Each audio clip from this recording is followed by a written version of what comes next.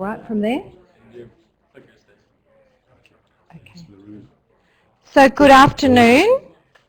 We've got a very boutique crowd here, as well as our very patient people online. Thank you all for coming.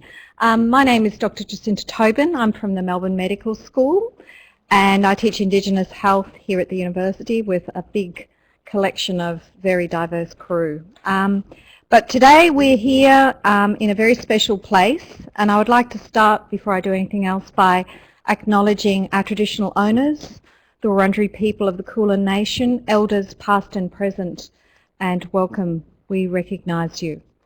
And we're here to welcome two very special guests from the Poche Centre in Adelaide, from Flinders University. It's the Poche Centre for Indigenous Health and Wellbeing, Professor Dennis McDermott and Mr. Dave Sjoberg. And this gathering today came out of the Lyme Network, where we all met together in Darwin last year. And I listened to these two people speaking, and I thought, I need to get them down to Melbourne, and they need to get to a wider audience. So we have a wider audience today. So welcome to all of you. Here, Dennis. Thank you.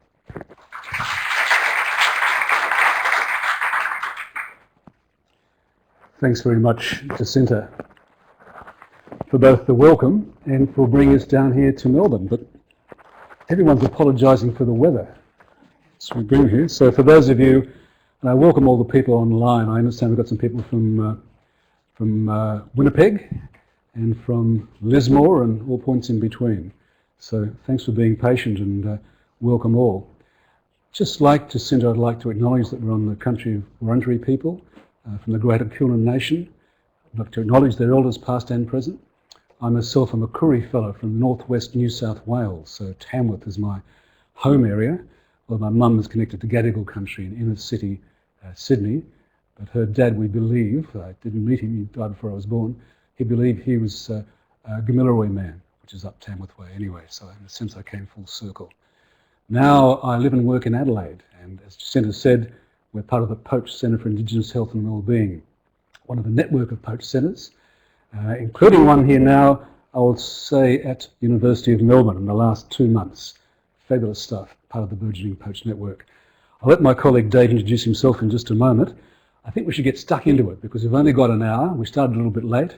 What we'd like to do is to actually talk between us, do a bit of a Dave and Dennis show, back and forward, for about 40-45 minutes or so, and save the last 15 minutes for questions, both online questions if you've got them, just send them through, and from the floor as well. So look, I'll just set this in context a little bit before I hand over to my colleague Dave. But this is part of a wider body of work, this particular set of strategies we're going to talk about today. It's part of a wider body of work that we're pursuing both at the Poche Centre. I also like to think it's happening through the Lyme Network in many ways as well. Those who don't know it, the Leaders in Indigenous Medical Education Network. We started off as a trans-Tasman network, but it's rapidly spreading across the Pacific as well. It's also part, I'd like to acknowledge my colleagues at Philly, the Public Health Indigenous Leadership Network, and also, as I said, the Poche Network, who are all pursuing some work around this area. I'd like to set it in the context today. I should say it's around deconstruction, but deconstruction as a strategy to deal specifically with the kind of responses we often get to Indigenous health and cultural safety training across the range of health professions. Medical education is a focus in some ways today, but we strike the same difficulties in health, in professional development work, in allied health, public health, nursing, midwifery. So I think it's got quite a bit of applicability. We can learn from each of those particular areas. So I'll just get my little tool here. I have to acknowledge also this is part of a broader body of work. I've just taken up a National Senior Teaching Fellowship with the Australian Government Office for Learning and Teaching. So I have to acknowledge the support of that organisation in my next 12 months' work, which will be looking at these two areas of resistance. One of them in scholarship, in actual the way we teach things, the way we draft curriculum, what goes on in our subjects and our courses, and what gets in the road, and what enhances it. But also the other kind of resistance, institutional resistance, what gets in the road, the barriers in our faculty, in our institutions, in our universities. I'll try this instead. So the title of the fellowship, as is the title of today, is Having the Hard Conversations. And Dave and I have been working in this area specifically for about 5 years now, and we're convinced that that's the nub of it. How do you have successful conversations when things get tough, when things are difficult, when things are touchy, when things actually when you ask people to look underneath the surface of things? It's in some ways a no-go area, and we want to go there, but go there successfully. So in the fellowship, we're going to look at what is leading edge practice, both with my international collaborators and here in Australia, to how you deal with resistance to the challenge posed by Indigenous health and cultural safety for many students and professionals alike. I'll answer this quickly so I don't waste too much time. Look at some kind of framework. These are the activities you want to get out of it. Undertake, I should say, and get some things out of it. So I want to develop a coherent framework that represents, in a sense, good practice at working through curriculum and institutional barriers. In about 6 or 7 months, we might put on a symposium. We had a successful symposium last year on racism in health services. I want to do something like that, bring some international colleagues together to work through these issues, to refine our framework. We want to make sure whatever comes out of this fellowship is actually translated into useful material. And with our colleagues at Lyme, we've reached an agreement to, if we can get some good resources out of it, to make those resources freely available through the Lyme Network resources portal, the hub that's been recently redeveloped. Also to think, well, how can we actually get this stuff out there in practice? And so within Australia particularly, we'll be looking at conducting practical workshops in various states to actually look at some of these issues in Indigenous health curricula. There's one other element which I think might be a useful element but is not without contention, which is to take any findings that come out about institutional resistance and subject resistance and take it to the accreditation bodies. And say to the accreditation bodies, can you see a way that you can actually do in your accreditation, you can see how well these courses, these schools, these faculties are travelling in addressing resistance, both student resistance, curriculum resistance and institutional resistance. That's going to be a challenge, but I think it's the only way to go. Finally, of course, trying to advance the discourse. We're presenting this stuff to scholarly audiences, but also, yeah, that's the last thing that we'll do. We'll take it whichever ways we can to actually influence what's going out there in the discipline and the discourse. So I'm going to hand over to my mate Dave here, because it's going to be that kind of a session, to talk through some more context before we move on to what sorts of things might be useful in strategies to actually deal with these things.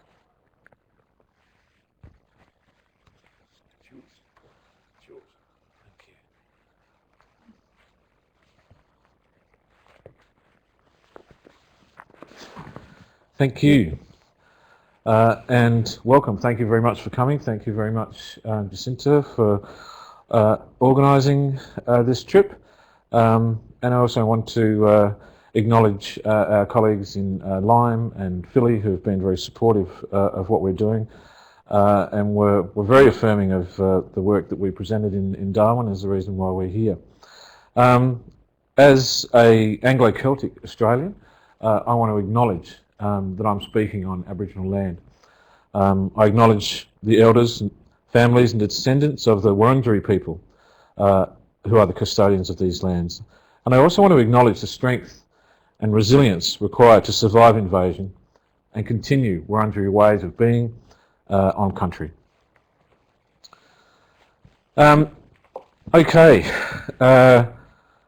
Indigenous health, cultural safety training. We have underpinned all of our teaching in nursing, midwifery, public health, medicine, with the philosophy of cultural safety. We have looked at ways of decolonizing the academy. We've looked at ways of decolonizing our students. We've looked at ways of decolonizing practice. And so this deconstruction exercise that we'll come to later is part of a whole raft of pedagogical approaches. I just had a plate put in yesterday. It's really hard to say pedagogical. They said you'll have to practice getting used to something. So if I stumble, it's because my tongue is caught up in something. So yes, it's part of a wider raft of pedagogical approaches that we employ to to try to get students to realise that this study of Indigenous health is not a health and illness topic. We're not going to spend time talking about diabetes, about cardiovascular disease. We're not going to talk about a lot of the chronic comorbidities and chronic conditions that Aboriginal people endure. This is not a health and illness topic. We want people to look at the causes of the causes. We want that classic gaze, I suppose, of science and of the academy to be turned around, to have that gaze focused on oneself, to have a look at how I, as a medico, as a public health professional, as a doctor, can decolonise the way I practice. How can I unpack the way that what I bring to that interaction? So a culturally safe approach is one that does that effectively, and it's one that doesn't come overnight, and it's why we've titled this presentation Having the Hard Conversations, because one of the things that we would hope we achieve at the end of semester is that we don't pretend to think that we're going to send out culturally safe health practitioners after 13 weeks of one semester. This is going to be a start of those students being able to have these conversations, being able to have them in a respectful manner, being able to understand racialised approaches, being able to understand privilege and how that impacts on service delivery. And so we looked at issues to do with resistance in the US that were associated with class, that a lot of medical students in this study were talking about the difficulty of even acknowledging that social determinants of health played a part, that this was somehow people making poor choices. This was about lifestyle. And in my experience as an academic and also working on community, I think it is one of the most common misconceptions. I remember speaking to a doctor in a country town once before I came to teach at university, and I was working in a community organisation. It was a race relations and cultural education centre. I knew that this doctor had been treating a high proportion of Indigenous patients, and I said to her, I'd really love to sit down and have a coffee with you one time and talk about your experiences with the Ngangari Nation and around health, and I think it'd be really really useful. And she said, if they just stop drinking, everything would be fine. And so I realised it wasn't really any point in pursuing that conversation with that particular doctor who was only seeing poor choices, bad decisions, and not seeing the wider ramifications of social determinants of Indigenous health. So the challenge is one that is quite palpable. It's a very interesting space to put students in, because to a certain extent I want students to be a bit uncomfortable. I want them to feel the dissonance of this space, and yet that has to be managed really well. That has to be facilitated really well. I don't want them to feel uncomfortable because they've been harangued into a state of feeling as though they're somehow making mistakes or somehow doing something wrong. But in order to appreciate social determinants of Indigenous health, we have to really unpack a lot of the things that we've come to accept as normal, or that's just the way things are. And so it is, these things are disquieting. We have, Dennis and I have talked about a whole different range of responses, ranging from hostile through to accepting, and there's bewildered in between, and a whole different range of the ways in which people respond to this material. And people are not expecting, when they do a topic in Indigenous health, to be looking at their own cultural framework. They're not necessarily looking at, expecting to be looking at things like privilege and how that might impact on service delivery. And so it also upsets your view of what Australia is. We like to purport that Australia's a lucky country, that it's a place where everyone gets a fair go, a supposed egalitarian society. When we are doing our teaching correctly, that view is going to be significantly challenged, and people will start to have an appreciation of shared histories, not an anthropological look at Aboriginal history, not a colonial look at the frontier experience and the heroic conquering of this wide brown land, but looking at a shared history that doesn't shy away from talking about cultural genocide, that doesn't shy away from talking about continuing colonisation. That concept of continuing colonisation is a really difficult one for many students to sit with. Many will consider that, oh, you know, that was a long time ago. Why can't people just get over it? You know, pull up your socks and get a job and you can do the same thing as I do. This concept of a level playing field is one that has to be unpacked. We see that this approach around cultural safety is a foundation. If you can start to build these foundations in the way that you practice, if you can start to question your assumptions, you'll be a much more effective practitioner. And we're going to need to disassemble those existing planks of belief.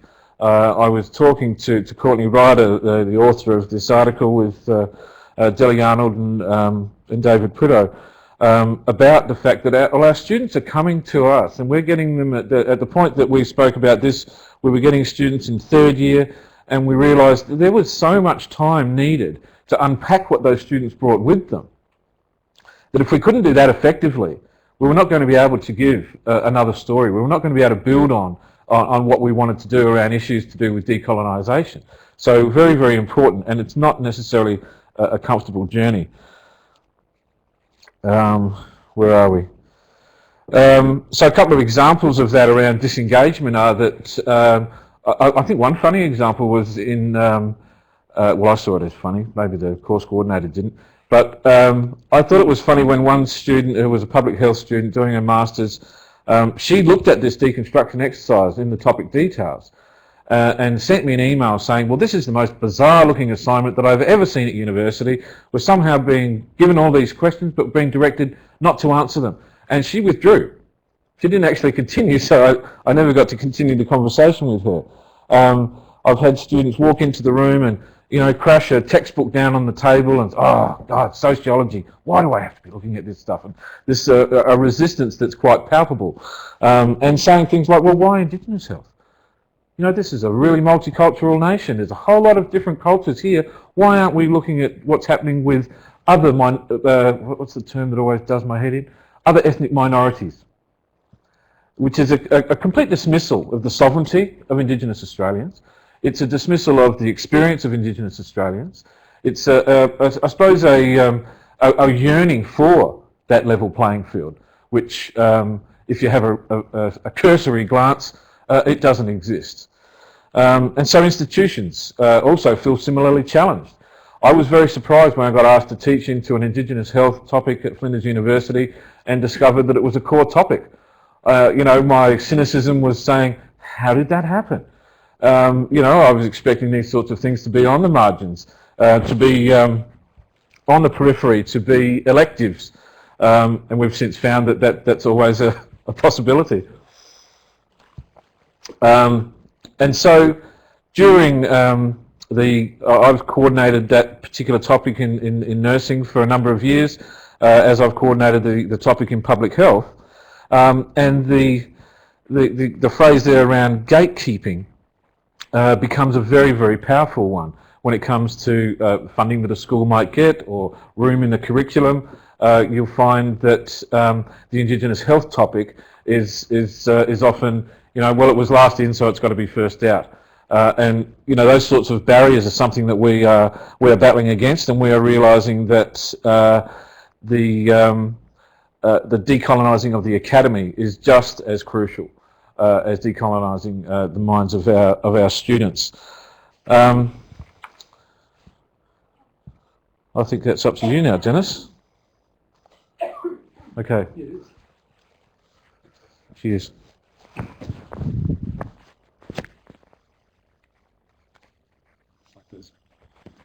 Tag wrestling matches. We should give each other a high five as we pass or something.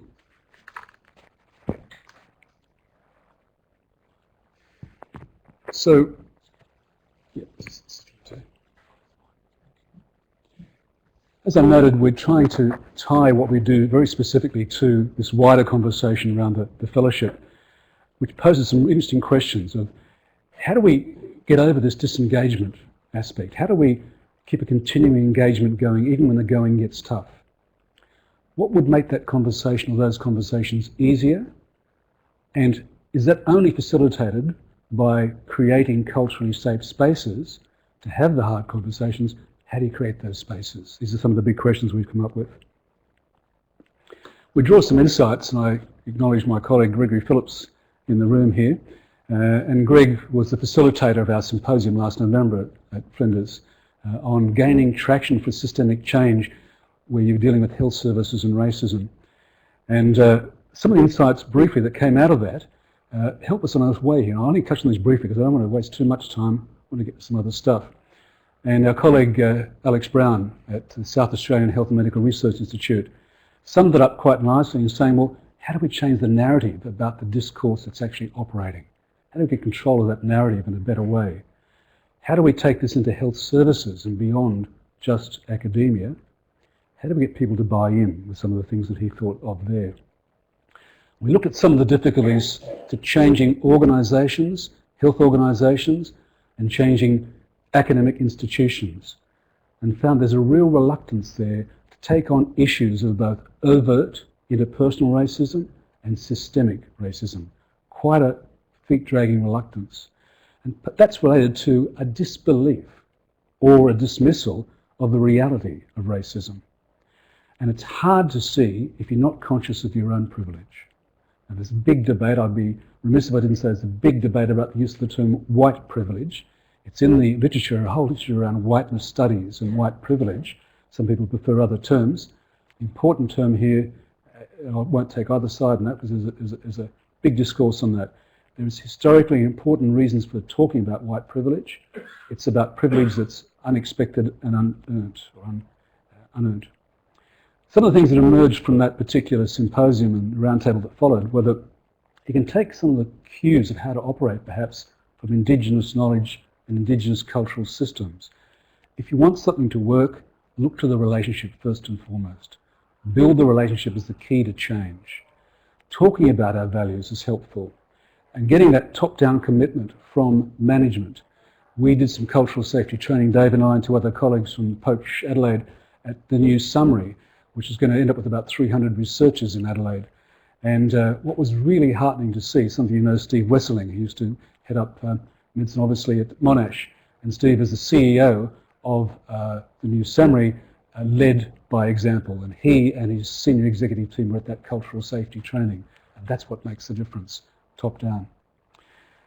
So if we start to talk about deconstruction as one but particularly pertinent strategy in a whole decolonizing way of working, what we're looking about is to build deeper engagement. What works for that? And here we are talking today about particularly just to get engagement and to get somewhere, we need to build criticality. When I first started working in public health, the Master of Public Health at Flinders, I was told by my colleagues, we've got some smart cookies in this course, but gee, it's hard to get them to think critically.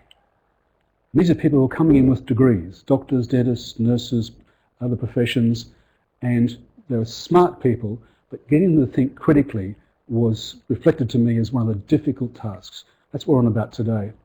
How do you aid that reflection, reflective practice that's part of a critical part of cultural safety and the emergence of down the track a culturally safe practitioner? So 3 quick dilemmas. We try to build in all our work both a critical stance and that continuing reflective practice of the practitioner. So someone who sees something go wrong in the ward and thinks, what actually happened there? What went wrong? What went down there?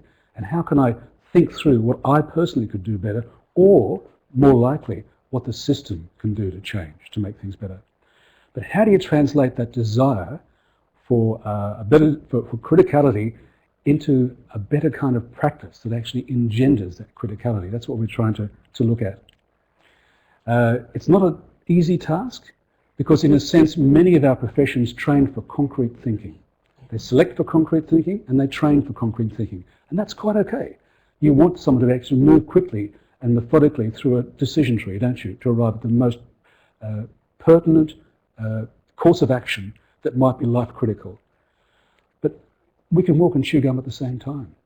It doesn't take away from your professional clinical ability to think in a beautiful concrete fashion to be able to also tolerate ambiguity, to think through the ramifications and the multiple dimensions of what's going down for that patient or that person who's just walked through your door. To think both things are true. To think beneath the surface, what's going on with this person or this situation is part of it as well. And the third dilemma is we can't expect, because someone's coming to, I'll give the example of medicine here, perhaps a graduate entry medicine, if they've got to that stage of being accepted into graduate entry medicine, that they're necessarily a critical thinker.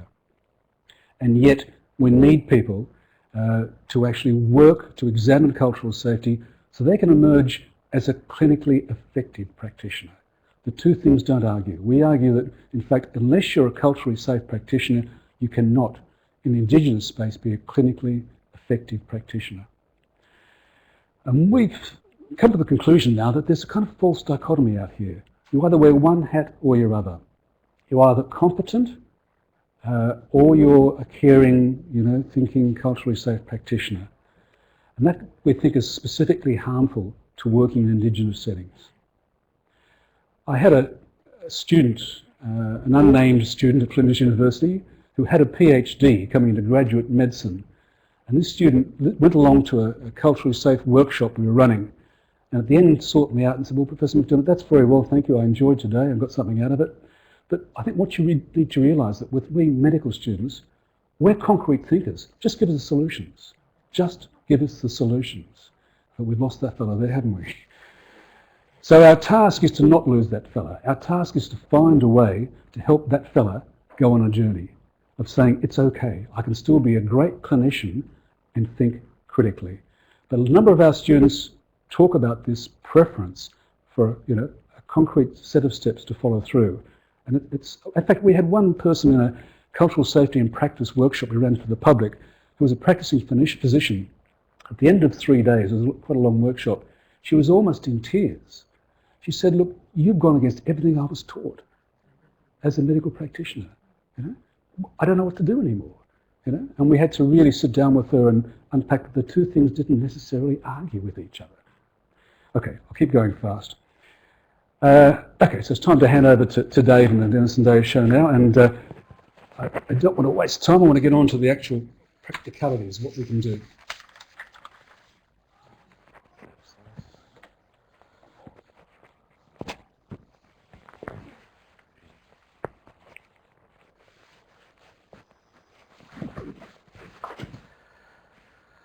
Okay. I was teaching a class at Flinders University at Ungarendi, Introduction to Aboriginal Studies, and a student piped up, and I'll just dodge ahead a couple of slides and then go back. Student piped up and asked this question. If we come from Adam and Eve, then where do black people come from? So, as you can imagine, she got some interesting responses across the room. And I was fresh as a tutor at Ungarendi. I had just been persuaded to come and teach at Flinders University. I had just spent nearly 10 years working in a race relations cultural education centre at Camp Coorong, down on Ngarrindjeri, Rui. Now, down on Ngarrindjeri, Rui, it was really clear. It became, let me rephrase that. It became very clear to me after some years that there was Whitefellow Way and there was Ngarrindjeri Way. And I was luckily, befriended, cared for and accepted through this journey of starting to understand how to unpack Whitefellow Way and how that was impacting on Ngarrindjeri Way of doing things. And so when this might be an issue with local government or a developer or another community organisation that was non-Indigenous, perhaps vying for a similar space, in which it was really important to understand the autonomy that was being voiced here. It's really important to understand the assertion of Ngarrindjeri ways of being, which is why I wanted to acknowledge Wurundjeri continuing and the resilience and continuing Wurundjeri ways of being on this land. And so when that student asked that question, I was thinking, wow, that's a hand grenade in the room. Someone made a loud gasp on the other side, and I thought, she's going to get attacked here. She was quite young, fairly naive, I suppose, and I thought I've got to look after her, and I've got to also make sure that the person that's been affronted has their say, and to try and handle this space. And that was where I started learning how to create a safe room, how to ensure that I don't enter into a way of teaching around these issues that is wagging the finger, that is wanting to apportion blame, that is wanting to get up and make some shocking statement that makes everyone squirm in their seats and look for the exit, but is not going to shy away from the hard issues at the same time. Now that is a juggling act, and it's something that we are perfecting all the time. And so I thought, I bet you she wished that she had not asked that question. I was talking to my wife about it, and she said, you know, there'd be a whole lot of burning questions in that room that people aren't going to ask, because they don't want to stand up and you know, obviously be the author of that question. And so I had this idea around asking the questions anonymously, and I sold it in a way of saying, well, I want you to ask the hard questions, difficult questions, politically incorrect questions, questions that are possibly going to be perceived as racialised and utilise racialised language. Not necessarily so that we can just get the most offensive, sensational questions up there, but that we can start to debunk these racialised approaches. That we can not just ignore them and say, oh, well, that's too hard, that's too ugly, that's too uncomfortable, I'm not having this conversation, but to say, no, let's get it out there and let's work out how to unpack it, how to talk about it in a safe way, in an informed manner, informed by the research, and having facilitators that are well practiced in being able to get people to have these conversations in a way that is not emotive, is not blaming, but is unpacking what we've been enculturated into, what we've been socialised into, things like what whiteness does, what whiteness creates. So that was what started the ball rolling.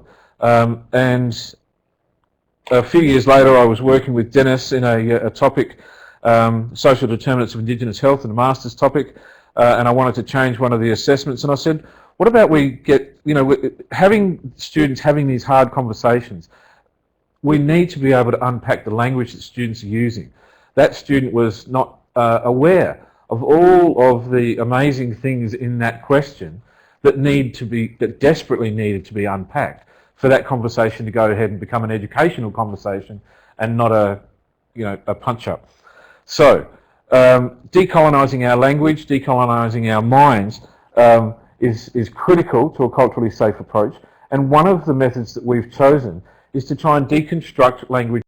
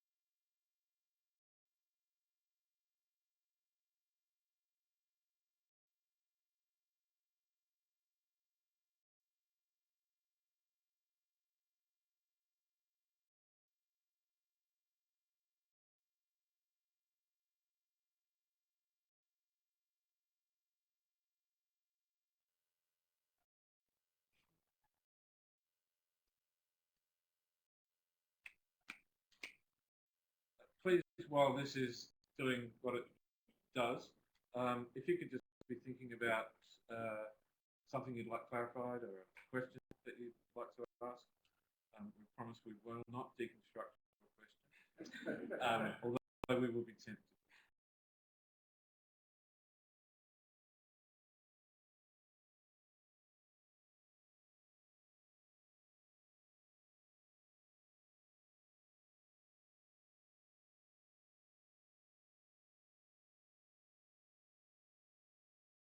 Just coming to the computer here, so you can continue and I'll work on it. Okay, They can hear you now. all right, good.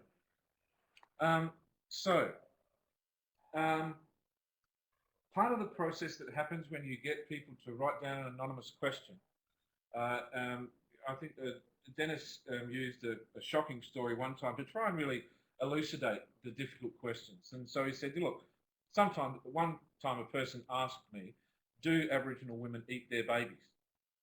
Right, which has that effect, which makes you, oh my God, really? And so I said to students, think about that question, how problematic that question is. And then think about the question you were thinking of asking. So, don't be afraid of asking something that's problematic. That person that asked that question may have been told that. It may have been a myth, it may have been misinformation that they were given, and they wanted to be able to ask it of someone like Dennis in an informed setting where they could then know how to debunk those myths. One of the things that we've discovered through Lyme and through talking with different universities is that many Indigenous people and Indigenous students are very keen to understand how this deconstruction exercise works, because it is a tool for dealing with racism. A number of students came up to us after our presentation and said, so often I'm hearing racialised terminology from students that I'm studying with, from lecturers that are teaching me, from documents that I'm seeing from the university. Often I react in an emotive way. Or I'm angry. I often don't really know what to do about it. I saw this process as something that was very pragmatic.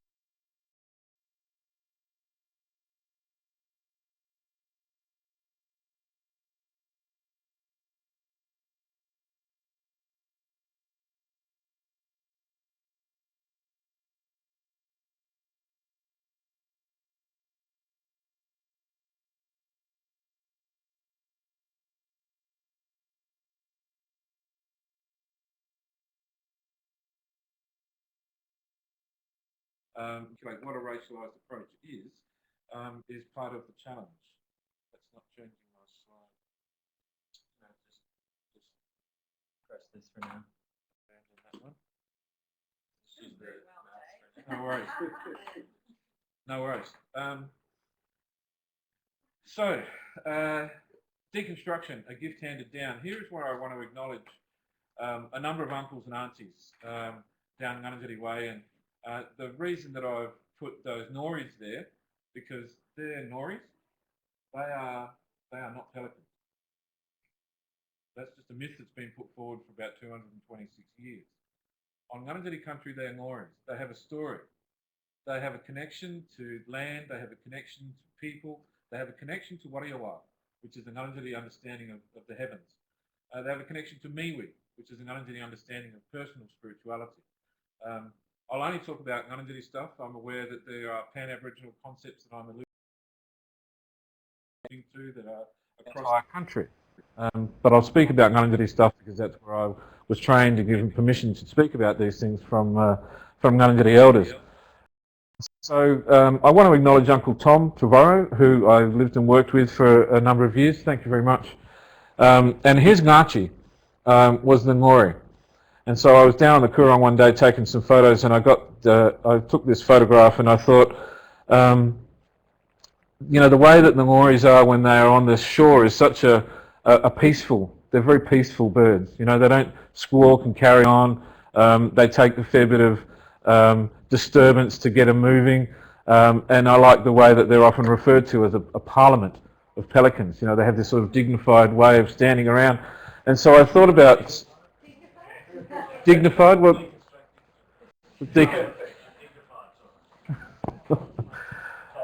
Yes. Oh well. Yeah. Well, exactly. See, everything is right for deconstruction, except nothing. Question everything. But when I'm finished. The arched eyebrow. All right. That means hurry up, Dave. You're waffling. Okay. Notwithstanding technical difficulties, I am on top of it.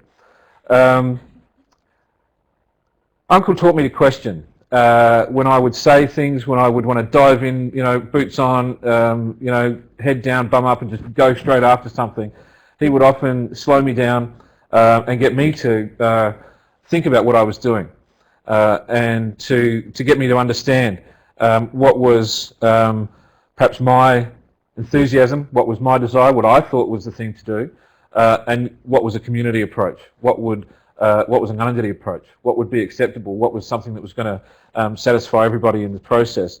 And so it took a lot of deep breaths and a lot of reflections for me to understand that I needed to critique and unpack so much of my own life in order to work effectively and be a part of that community. So now that's not going. I'll go back to this one. All right. So here are some example questions of students in public health, and I think that if you're possibly around tomorrow, we'll be spending some time doing this actual deconstruction exercise in a workshop forum with students. So I've just put up a couple of examples here. I think it's really so clear to me what needs to be deconstructed in some of those questions, and yet to the uninitiated, to someone who's just curious, who's thinking about these things for the first time, a lot of that language might seem fine, might seem acceptable, and yet it is highly problematic. There are a lot of assumptions being made there. The reference to mixed blood is showing an acceptance of a debunked pseudoscience that was thrown out in 1964 by UNESCO scientists in the Moscow Declaration, and yet it persists to this day, this concept of identity being discerned by blood quantum. We really need to understand that because Andrew Bolt is not on his own. Okay, George Brandis has got friends. We need to understand these concepts and how they persist in spite of common sense. So that question there, can we really allow the process of decolonisation? We need to look at words like we, normal, us, them, realise the power that those simple terms are imbued with. We cannot just look at something like that and go past it all and what's the interesting, what's it really asking me? What are the implications for white Australia? Okay, implications for white Australia. That focus on what's happening to white Australia is one that is, again, dismissing a process of decolonisation. Okay, so that's a great question. It's an excellent question to write a paper on, and is much richer than what I've just alluded to. There's so much more there. The questions are often offensive and sometimes ridiculous. I think the top question there is quite offensive. I think the second question there is quite ridiculous, and yet it was a question that a student asked. It's a bit bizarre, that question, the second one. The top one is something that needs to be unpacked. That whole discussion around making poor choices, or Indigenous health outcomes being related to lifestyle, is one that dismisses so many different social determinants of Indigenous health and wraps it all up with a damning stereotype that it's just your own fault. It's that victim blaming approach. I won't even try and unpack the last one there because that'll take a while on a couch.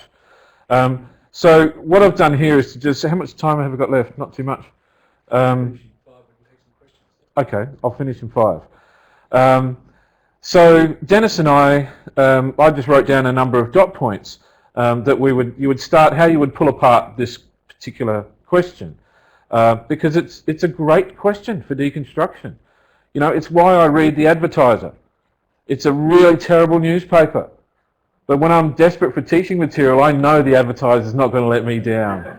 It's going to be full of dross every day of the week, and I can pick and choose which particular part of The Advertiser I can take into the tutorial today and say to students, okay, what is this evidence of? This letter to the editor, or this particular discussion around the budget, what is behind this? What's actually being said? And so you can see here the clear framing of the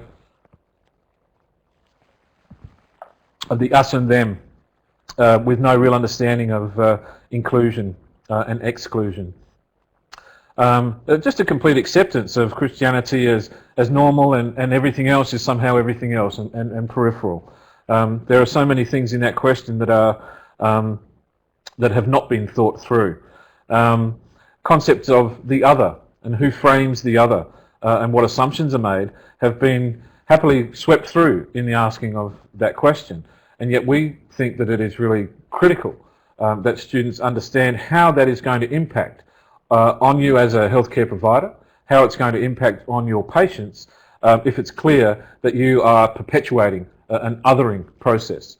And so it's clearly a Eurocentric, an ethnocentric approach, and that definitely perpetuates colonial notions of a God-given dominion. And I usually mention Kev Carmody at that point in the song that he wrote about "Thou shalt not steal," about how Christianity came to these shores was accompanied with a rifle in one hand and a gun in the other. These things just didn't happen because it seemed like an appealing form of religion or a nice way to practice your spirituality. It came with military force and no choice. This photograph here is from an old cartoon from the Bulletin. It's from 1902. I'm not sure how well you can read it. The print up the top is pretty desperate.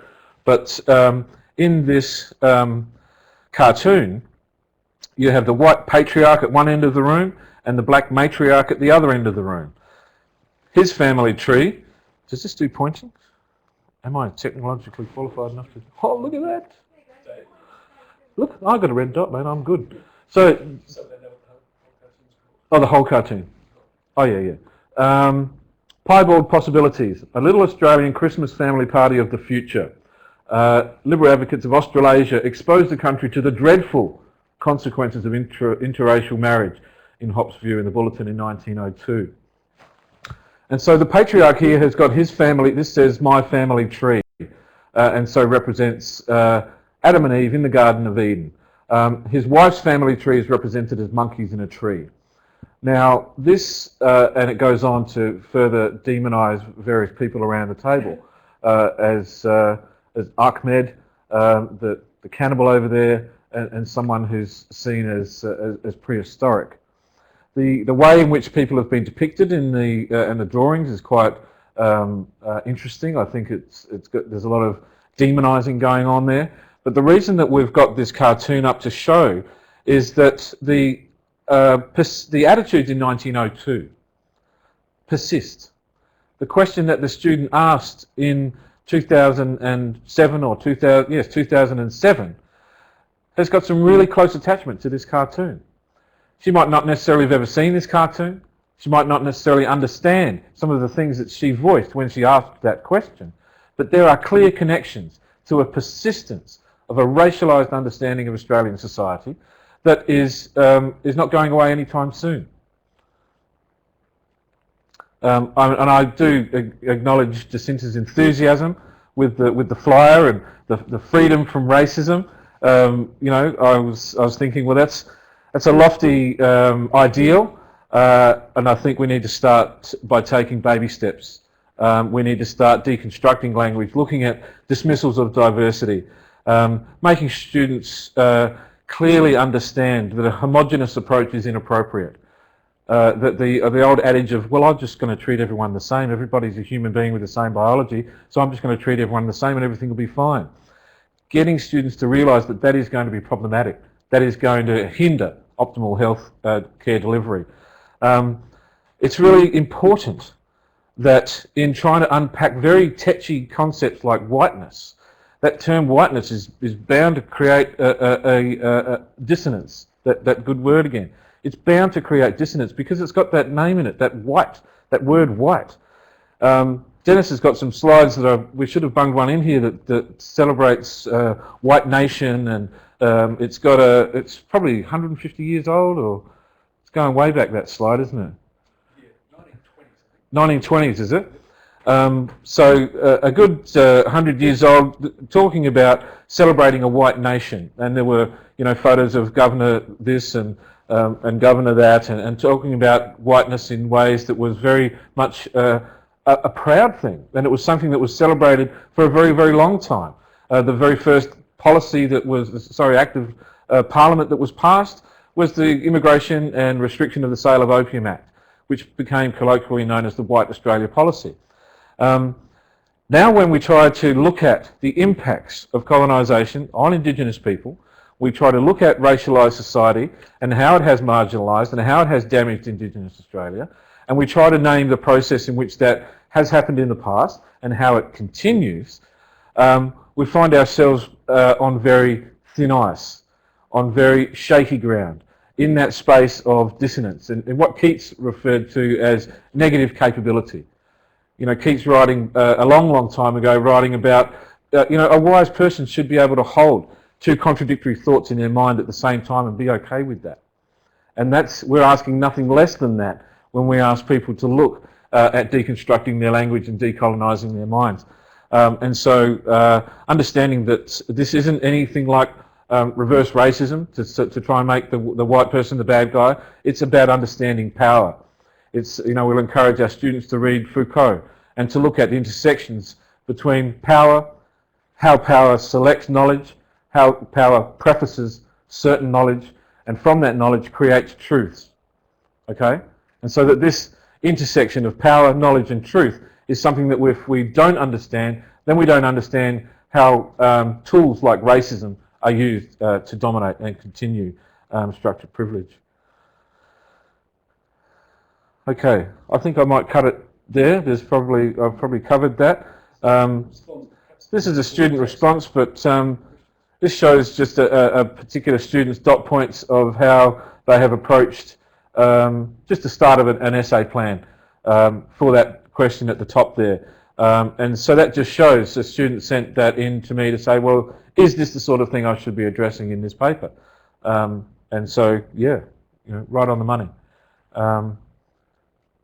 So that we've got a bit of time for questions and answers, and can we throw it open to the people out there in cyberspace as well? Great. So do I have to do anything technologically to do that? Can I just be here? Okay, question. Right. So the question at the top is the one that I should be looking at. Oh my God, there's more and more coming all the time.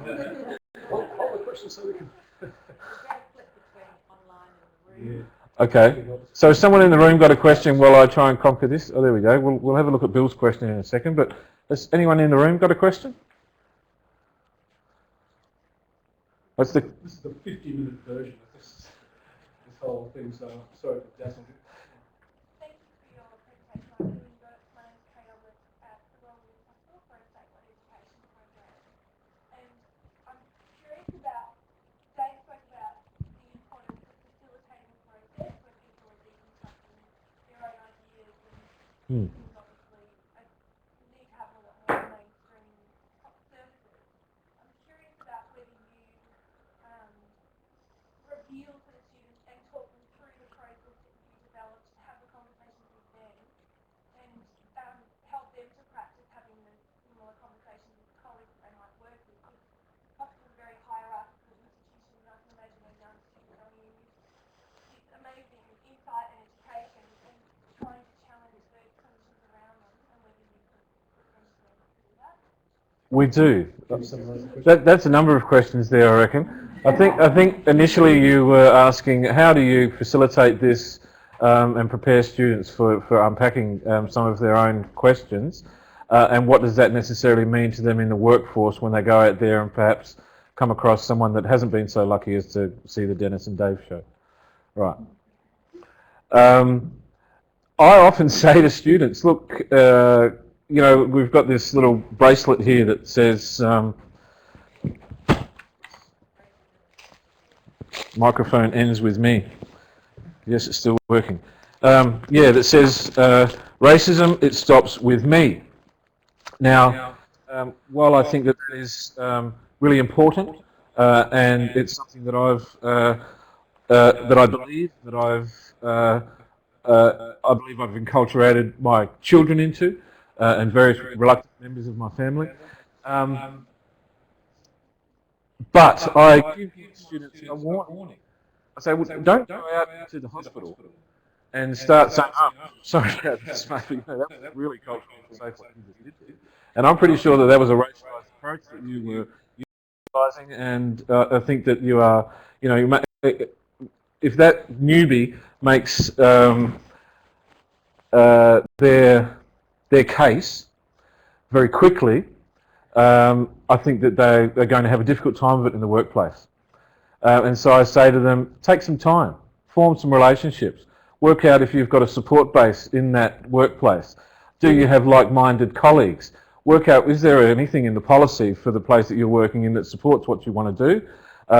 But don't go out there full of zealous, I'm going to, save the world, because you'll burn out, you won't be able to maintain it, you'll have no mates, and it'll be difficult to sustain that approach unless you do it in a way that sets you up to be strong and resilient, because it won't be an easy thing to do. Yeah. Hang on, I haven't answered the first part of your question yet. The first part of your question was simply that, yes, we do take students through some of their own anonymous questions, and I've done that in various different ways, where students will post all those anonymous questions online. I'll choose half a dozen of them, the juiciest half a dozen that I can find, and put students in separate small groups and get them to try and deconstruct them amongst themselves without any input from me, and then I wander around the room and foster some analytical thought as we're going around, and make sure that students get a couple of times of doing that in class, as well as discussions on the online discussion boards and examples of different questions, and what 8 dot points I might rip from that particular question. So yeah, we don't just throw them in head first. It's something that we nurture them through. Well, come tomorrow morning, because we're going to do a workshop on it in the morning. And are you engaging champions in the mainstream services as well, as people who put their hands up so that students can approach them without having to kind of go in blindly? And if you are, and you know people in Victoria... Yeah. Look, that is crucial to engage champions. We're very lucky in that the Executive Dean at Flinders University is a champion of the Poche Centre and what we're doing, so we've been able to have some fairly significant inputs into curriculum across a number of schools at Flinders.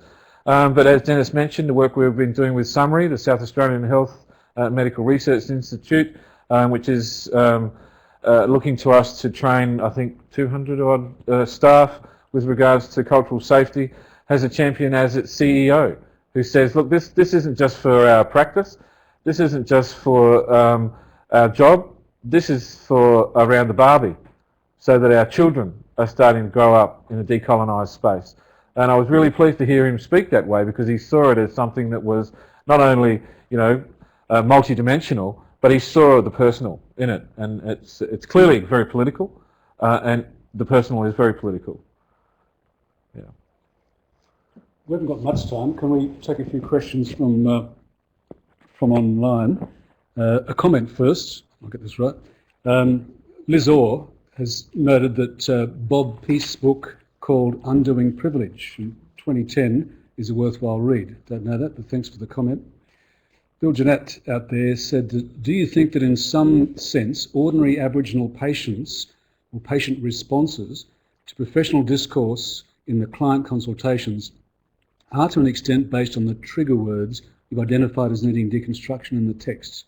And additionally, Bill said, or rather than just trigger words, is it the voice tone of the professional triggering an alert response? So how do ordinary Aboriginal patients, is the question, respond to this kind of language being used, or is it more about the tone of voice?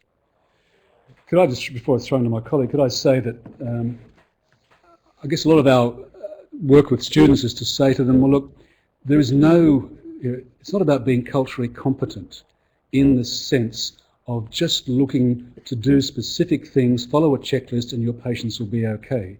It's about being flexible and about being responsive and understanding that your clients or your patients are reading you. They're listening to you deeply. They're reading your body language, your tone of voice, your choice of language, but the way that you operate. And really your only way around that is just to be real, to start and build a real relationship and show you can be trusted. People want your skills, your medical skills, your nursing skills, your health promotional skills, but they want to see the real person underneath that white coat. So I often say, look, consider a way to actually leave your professional hat on and take off the white coat. Greg. Thank you. You mentioned that a critical part of the work is deconstructing or decolonizing the academy, and that often there's even resistance from students with the curriculum and resources. Could you talk about your view on the difference between white privilege and whiteness, the terminology, white privilege and whiteness versus privilege and inequality? Yeah, the question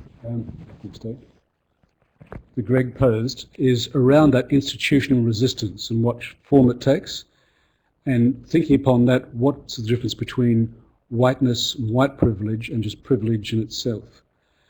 Well, I think there's no one answer to that, but I think that if you omit the term whiteness out of it, you miss history.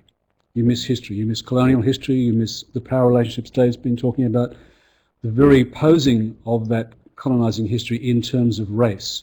So I think we have to go there and actually unpack what's gone down in the name of whiteness. There's often resistance to using the term because people say, I'm not resisting the term because I don't acknowledge colonisation. I'm resisting the term because there's an element of blame on all white people. And I'm Yeah. So, how do you resolve that? In summary, Greg's extra point for those online is that the resistance is sometimes said not to be because of the term, but a feeling of being blamed, and all white people being lumped under the same rubric, and it's a negative one, and therefore how do you deal with that? Look, I don't know, to be honest, because this is the discussion we're having right now. At our symposium last November, we had a vigorous discussion with people of good intent in the room who are all working to sort of work with racism in health services to minimise racism in health services, and there's disagreement in the room. And it could be read two ways. One is I'm feeling blamed here, and the term is unnecessary, just focus on privilege. And the other was, no, it's necessary to actually describe where this discussion has come from in terms of whiteness and white privilege. But there is that healthy discourse going on. Do you want to add to that, Dave? Yeah, just to say that I think that a common response from students around that term, around using the term white and using it in the term whiteness, is one that is part of that that discomfort, that disquiet that we mentioned earlier. And often students have, as I believe I mentioned earlier, brought it down to a conversation that's supposedly about something called reverse racism. And say, well, when you focus on whiteness, when you focus on white privilege, I feel as though I'm being attacked, and I feel as though I'm somehow being blamed. And no matter how well that is facilitated, it is difficult when you reveal disturbing histories. It is quite difficult to remove those reactions of shame and guilt, even if you've done nothing about pointing the finger at it. Students feel that way. So different texts that we use, for example, students will read Binan Goonj. I'm not sure if you're aware of the text, Eckermann et al.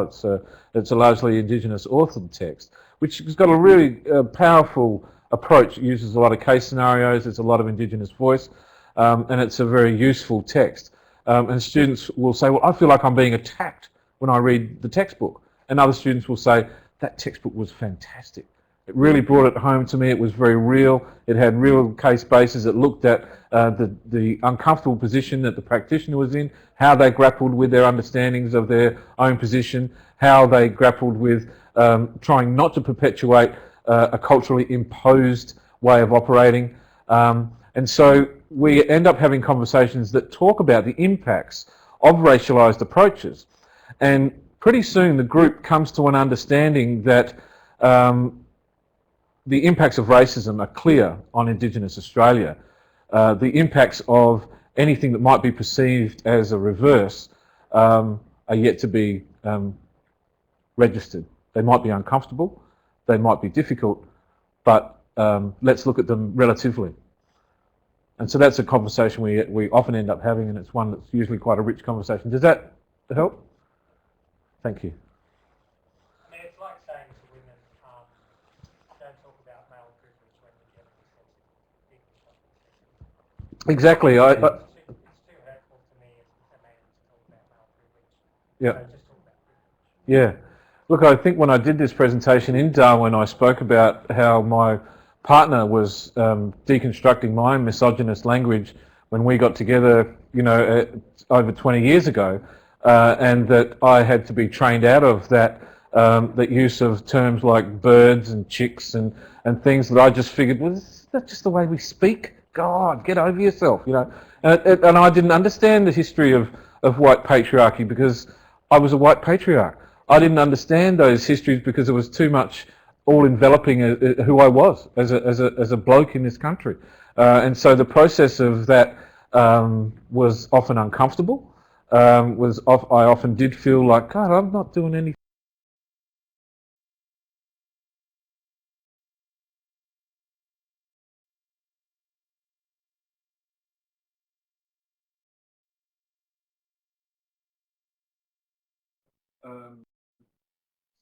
Sexist approaches.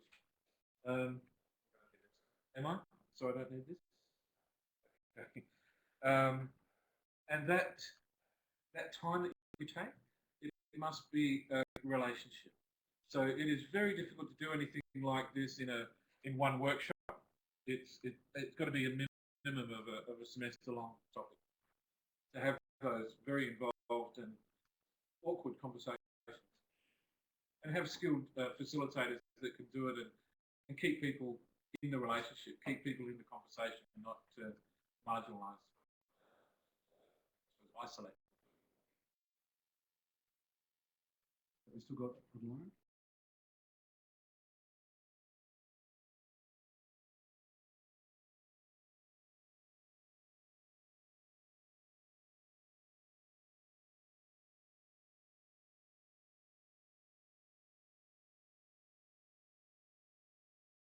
Yeah, just staying closer to the computer because the mic's dropped out again. Oh, so I see. now it's just Perhaps we should take another question from online. From Dr. Mima Nikolowski.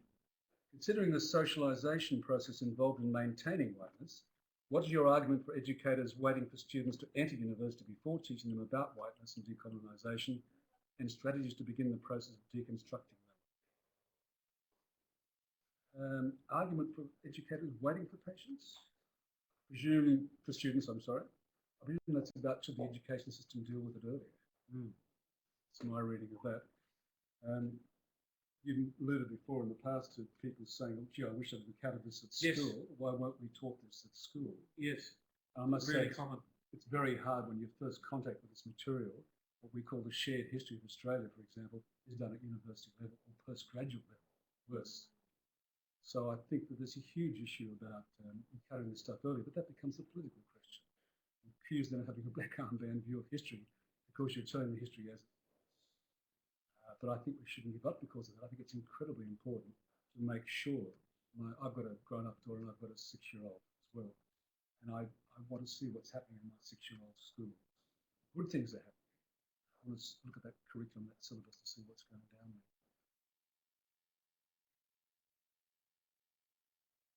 Anyone else have a question in the room?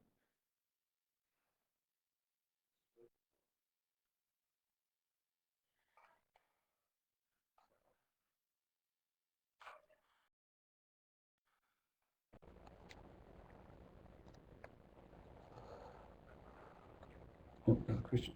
Sorry. There's a nice comment down there. Thanks, guys. I attended the in Darwin. I'm hungry for more. Yay.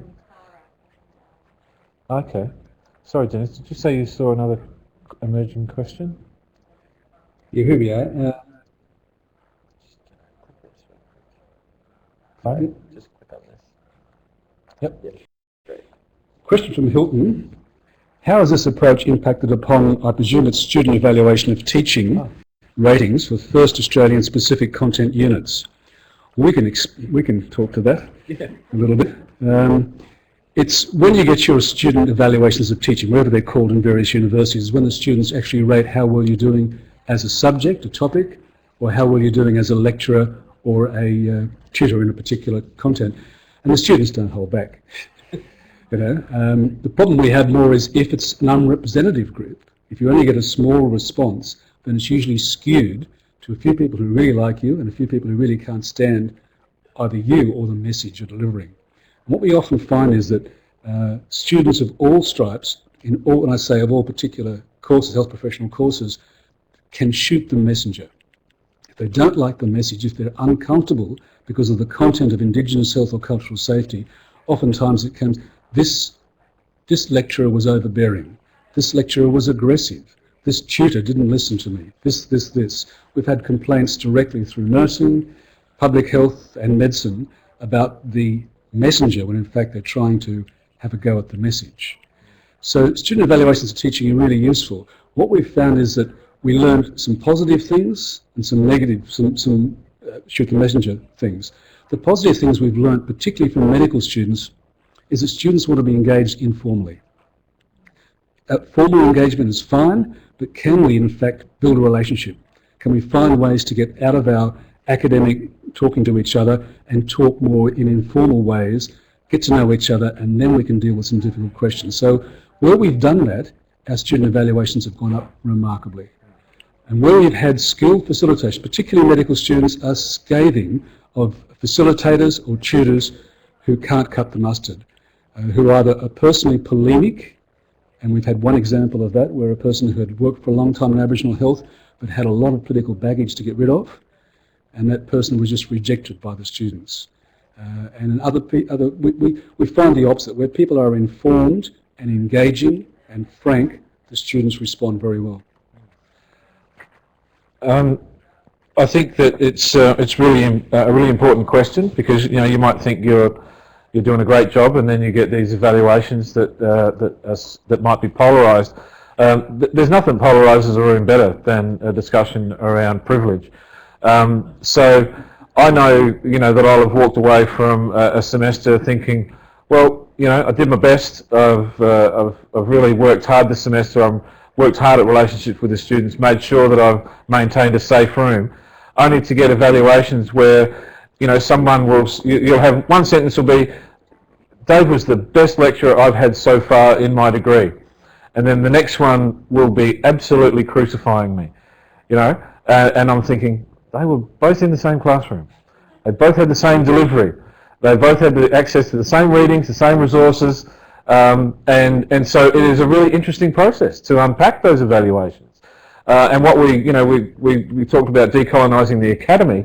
What we have found as a part of a gatekeeping approach is that if there is a head of a department that doesn't value Indigenous health education, they will take one negative comment from the person that wanted to crucify me and put it up in neon flashing lights, while ignoring the 150 comments of students who said, oh yeah, Dave was a good teacher.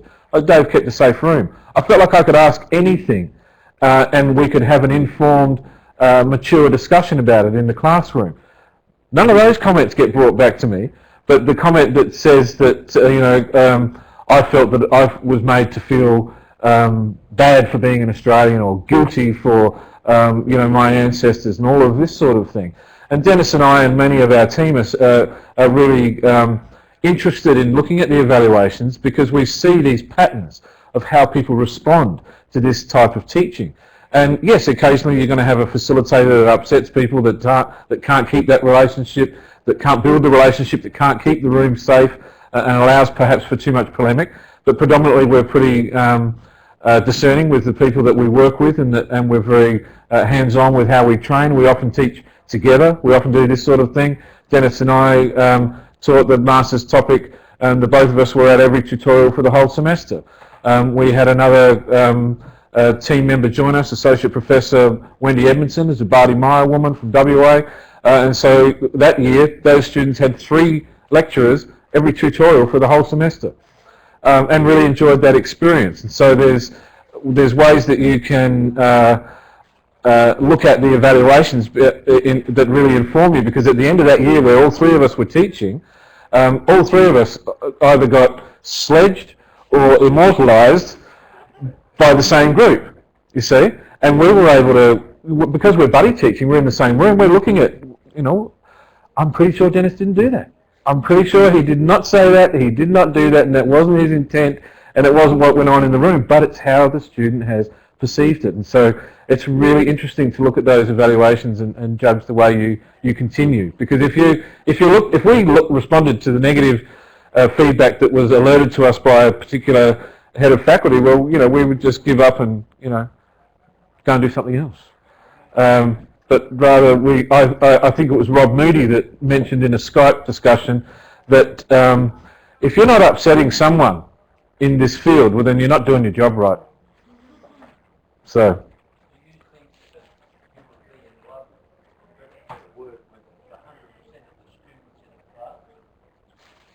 Do I think I would be in love with 100% of students in a...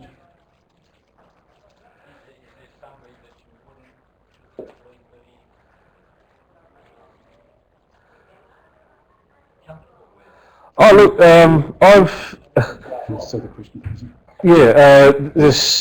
the question was, do you ever find that you're not comfortable with someone, or you don't perhaps personally like a student, or you have difficulty? Look, I really like it when I get somebody who comes in with a very resistant, belligerent approach, because I'm thinking, excellent teaching material there. So when that student stands up, and this happened in it wasn't my class, it was unfortunately in someone that I had just thrown to the wolves, as it were. So it was her first class, and the student stood up, and it was after hearing a tutorial discussion around the continuing effects of history, and history as a social determinant of Indigenous health. And a third-year student stood up and said, all this doom and gloom, it's all so terrible, why don't we just give them all guns so they can shoot themselves? So she didn't really know what to say to that student response, and she said, what do you do with that, Dave? I said, well, you get a whiteboard marker, and you turn around, and you write that question on the board. And then you go about slavishly and meticulously deconstructing that question. You can point to a lot of historical attitudes, you can point to a lot of historical approaches. If you're creative, you can spend the next 3 weeks of your teaching on deconstructing that particular question. So I like them. I've had students who've said really offensive things and really problematic things, who've said, one student said to me, you just perpetuate racism because you keep wanting to talk about it all the time. And that was a bit of a surprise, but her vociferous nature, the way that she spoke, and she was very emotional, and she was sitting forward in her seat, and she said a lot of things that were quite irrational. They actually had an impact on the whole room. To a certain extent, they silenced a number of students. I'm not getting involved in that conversation, but a number of students came up to me afterwards and said, we just want you to know we don't think like her, but we just didn't want to get into an argument. So I actually like it when students are highly problematic in a classroom situation, because these are the situations we have to deal with. And if we can do that in a safe space, in an informed space, with someone that I'm actually going to care for that student no matter how offensive or problematic they are, and if I can do that successfully, that's something that I'm modelling to every student in that room, about how to maintain cultural safety and how to educate around this stuff without being polemic or pointing the finger.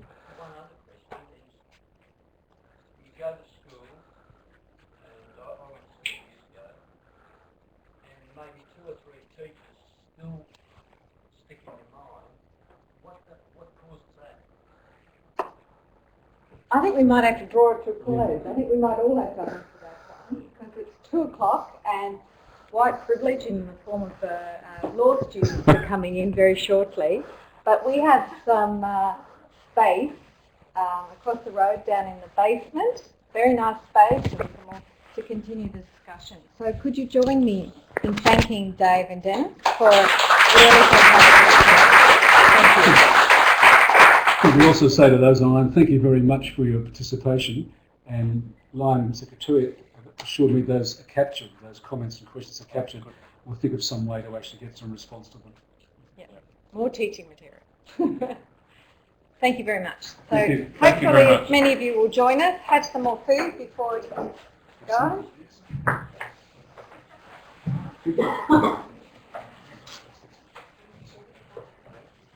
Do some more examples.